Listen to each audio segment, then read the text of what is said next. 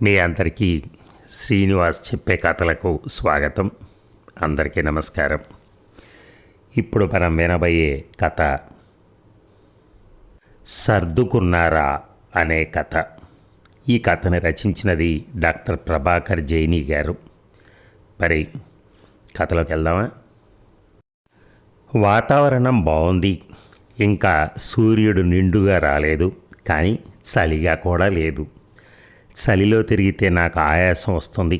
అందుకే నాకు తెల్లవారుజామునే మెలకు వచ్చిన 7 వరకు ఇంటి నుంచి బయటికి రాను.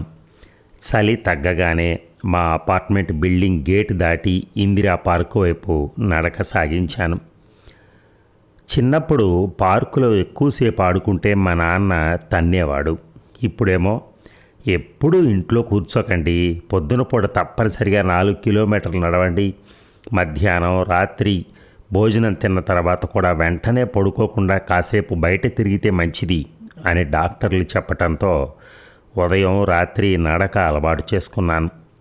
ఇందిరా పార్కులో కొన్ని రోజుల్లోనే మాకొక గ్రూపు తయారైంది. అందరం రిటైర్ అయిన వాళ్ళమే.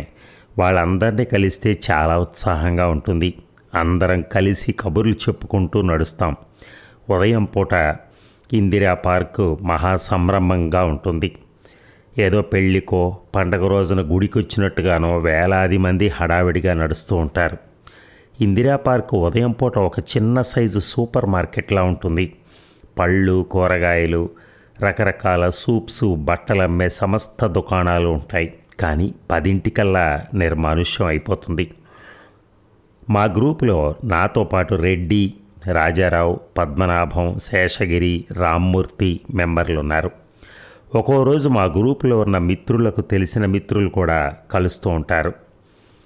మేము నడక పూర్తయిన తర్వాత పార్కు మధ్యలో ఉన్న వినాయకుడికి దండం పెట్టుకుని నడక ముగించి ముఖద్వారం దగ్గరున్న మెట్ల మీదనో బెంచీ మీదనో కూర్చుని లోకాభిరామాయణం మాట్లాడుకుంటాం.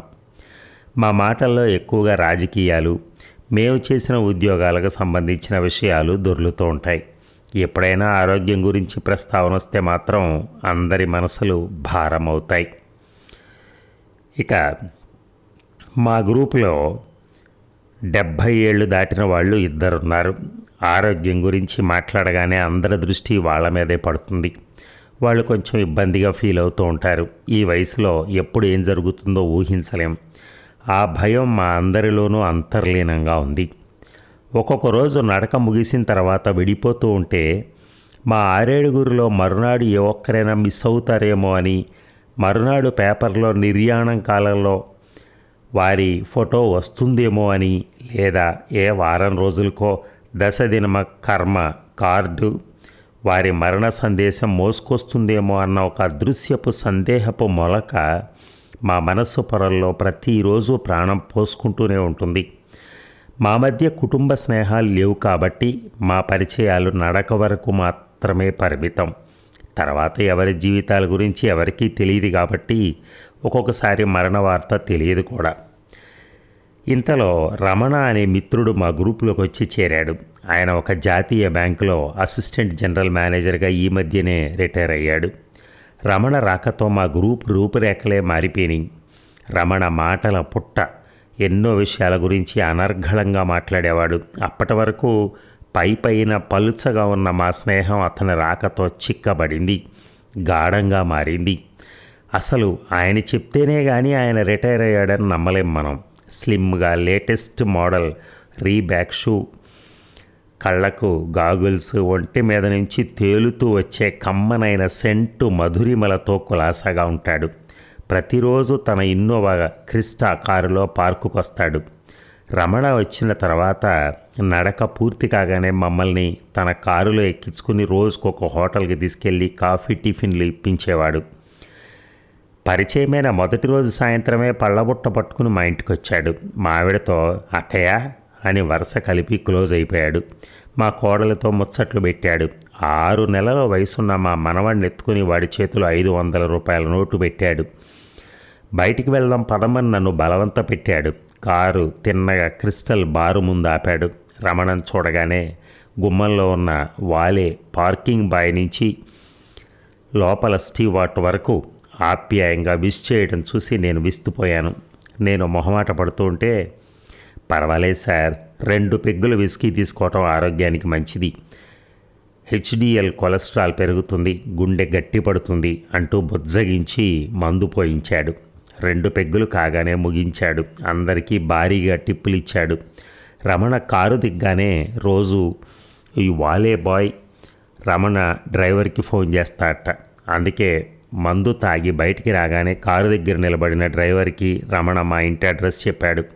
నన్ను ఇంటి దగ్గర దించి గుడ్ నైట్ అని చెప్పి వెళ్ళిపోయాడు. చాలా రోజుల తర్వాత నాకు ఆ సాయంత్రం సంతోషంగా గడిచినట్టు అనిపించింది. హాయిగా నిద్రపోయాను. కలలో రమణ మొహమే కనిపించింది. మరునాడు అందరం కలుసుకున్నాం. రమణతో గడిపిన సాయంత్రం గురించి చెప్పుకున్నాం. రమణ మా వాకర్స్ గ్రూపులోని అందరిళ్లకు వెళ్ళాడు.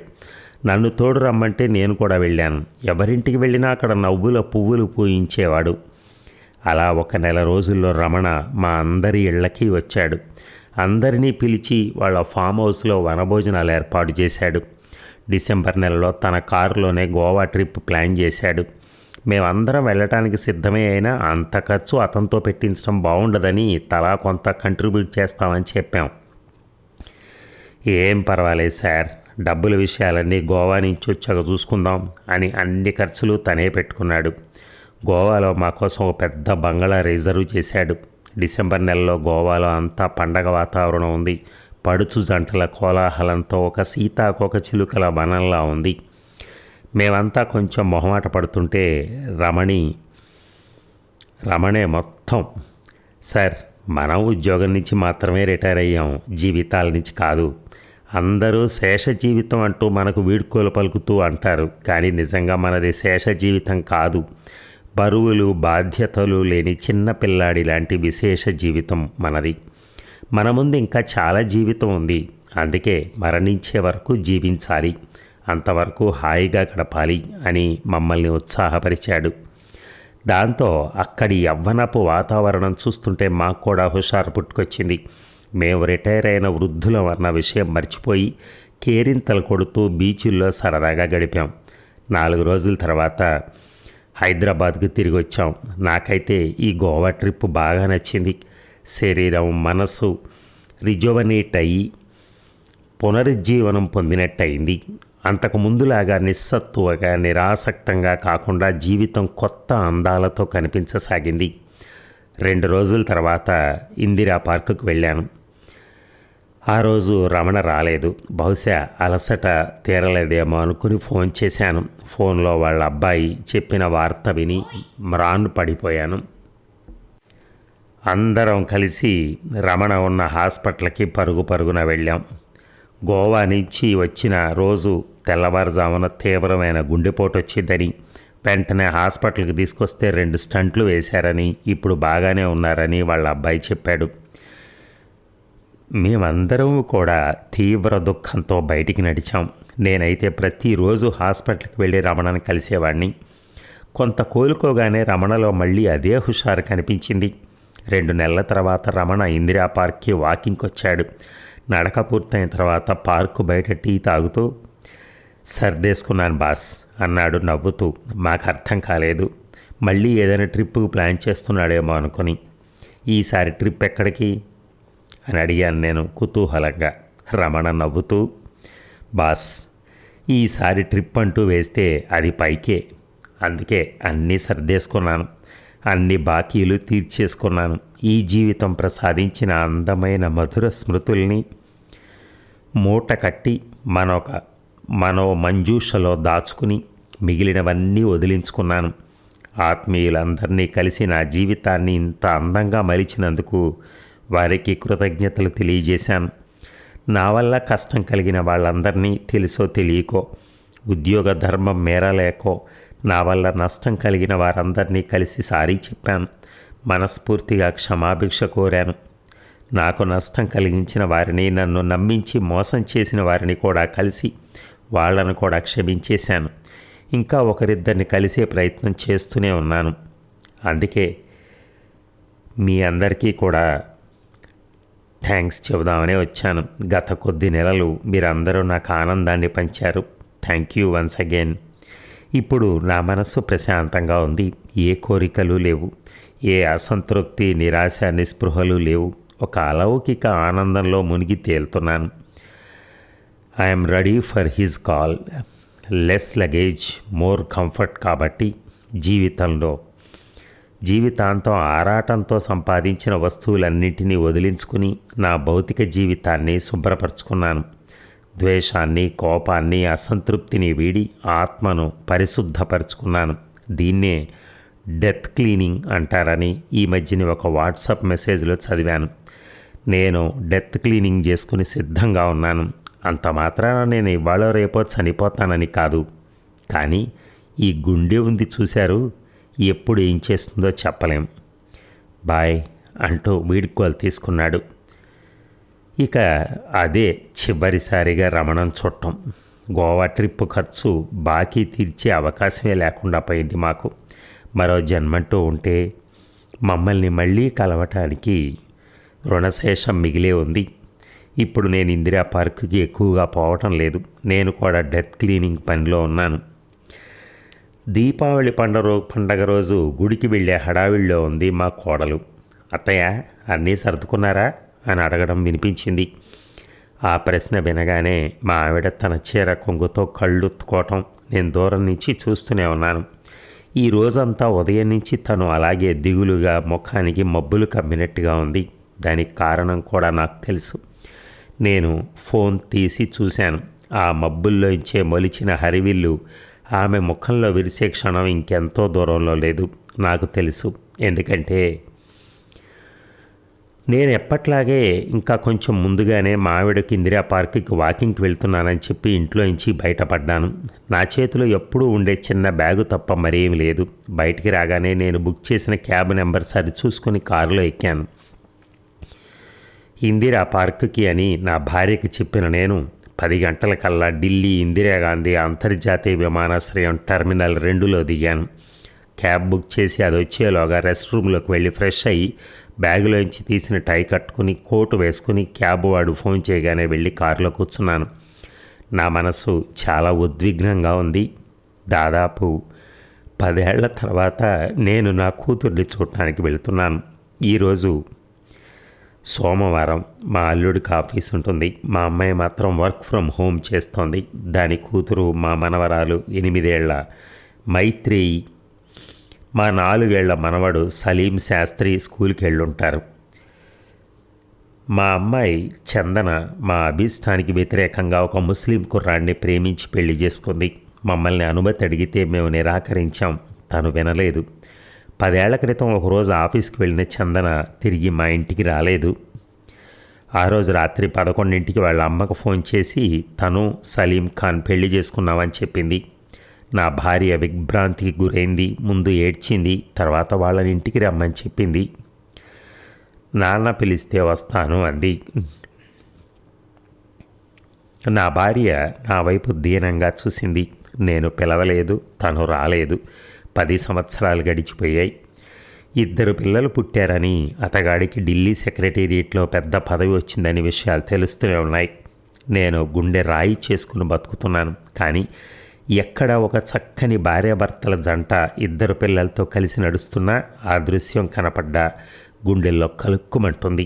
ఆ రోజు నా చందనను మన్నించి నేనెందుకు పిలవలేదు అన్న ప్రశ్న నన్ను చిత్రబాధకు గురి చేస్తోంది. ఇన్నాళ్ళు ఈ బాధను, భారాన్ని గరళ కంటుళ్ళ దిగమింగుకుంటూ జీవిస్తున్నాను.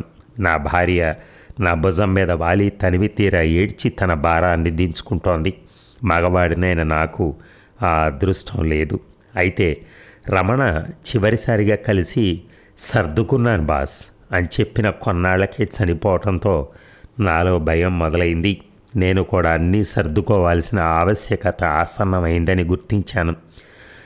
నేను సర్దుకునే సామాను ఢిల్లీలో ఉందని నాకు అర్థమైంది. వెంటనే అభిజ్ఞ వర్గాల ద్వారా, అంటే ఎవరికీ చెప్పకూడదని ఒట్టేయించుకుని మా అబ్బాయి ద్వారా చందన ఇంటి అడ్రస్సు, ఫోన్ నెంబర్లు, మిగిలిన వివరాలు సంపాదించాను. వాడే నాకు ఢిల్లీకి టిక్కెట్లు బుక్ చేశాడు. వాడు అక్కతో టచ్లోనే ఉన్నట్టుంది. చందనను సర్ప్రైజ్ చేద్దామని వెళ్తున్నాను. కానీ అక్కడ ఎటువంటి స్వాగతం ఎదురవుతుందో అని కొంచెం గాబరాగానే ఉంది. ఒకవేళ అల్లుడు ఆఫీస్కి వెళ్లకుండా ఇంట్లోనే ఉంటాడేమో, ఒకవేళ వాళ్ళు ఇల్లు మారి ఉంటారేమో, లేక ఏదైనా ట్రిప్కి వెళ్ళుంటారేమో అన్న సవాలక్ష ప్రశ్నలు నన్ను వేధిస్తున్నప్పటికీ ఏదైతే అదవుతుందని మనస్సును నిబ్బరపరుచుకుని ఢిల్లీ వీధులను చూస్తూ కూర్చున్నాను. 30 గంట తర్వాత నేను దిగాల్సిన సమయం ఆసన్నమైంది. అల్లుడు పెద్ద ఆఫీసరేమో కాబోలు పెద్ద క్వార్టర్ ముందు కారు ఆగింది. నేను కారు దిగి ఇంటి ముందర సంశయిస్తూ కాసేపు నిలబడ్డాను. గేటు తీసుకుని లోపలికి వెళ్ళి బెల్ మోగించాను. అది నా గుండెల్లోనే మోగినట్టుగా అనిపించింది. తలుపు తెరిచిన నా కూతురు నన్ను చూసి ముందు ఒక్క క్షణం గుర్తుపట్టక కౌన్ అని అనబోయిందల్లా నన్ను తేరిపారా చూసి నాన్న నాన్న మీరు అంటూ మాటలు రాక నిశ్చేష్టురాలై నిలబడిపోయింది. నా రక్తం పంచుకుని పుట్టిన బిడ్డను 10 ఏళ్ల పాటు కనీసం చూసుకోలేని దురదృష్టానికి చింతిస్తూ దుఃఖిస్తూ నేను నిలబడ్డాను. ఏడుస్తున్న నన్ను చూసి నా చందన కంగారుగా నాన్న ఏమైంది నాన్న అంటూ నన్ను కౌగిలించుకుంది. నేను ఒక అపురూపమైన ఆత్మీయ ఆలింగనంలో నోట మాట రాక నిలబడిపోయాను. ఆ అలికిడికి లోపల నుంచి ఎవరో వచ్చారు. మేరా బాబూజీ కాఫీ బనావో అని చెప్పి నా చేతులు పట్టుకుని లోపలికి నడిచింది. ఒక్క క్షణం నిలబడి నా కూతుర్ని చూసుకున్నాను. 20 ఏళ్ల వయసులో మమ్మల్ని వదిలిన చందన ఈ 10 ఏళ్లలో సంపూర్ణ మహిళగా రూపాంతరం చెందింది. కొంత పెద్దరికం వచ్చినట్టుగా మరింత అందంగా తయారైంది. మన పిల్లలు మనకెప్పుడూ అందంగానే అపురూపంగానే కనిపిస్తారు కదా. ఏంటి నాన్న అలా చూస్తున్నావు అని అడిగితే 10 ఏళ్ళయింది కదమ్మా తనివి తీరా చూసుకుంటూ అని అంటూ ఉండగానే నా కళ్ళల్లో నీళ్లు తిరిగాయి. ఏమైంది నాన్న అందరూ బాగున్నారా, అమ్మ బాగుందా అని ఆదుర్దాగా ప్రశ్నించింది. చందు నన్ను క్షమిస్తావా తల్లి అని అడిగాను. అయ్యో అదేమిటి నాన్న నిన్ను నేను క్షమించడం ఏమిటి, మీరే నన్ను క్షమించాలి అంటూ నా చేతులు పట్టుకుంది.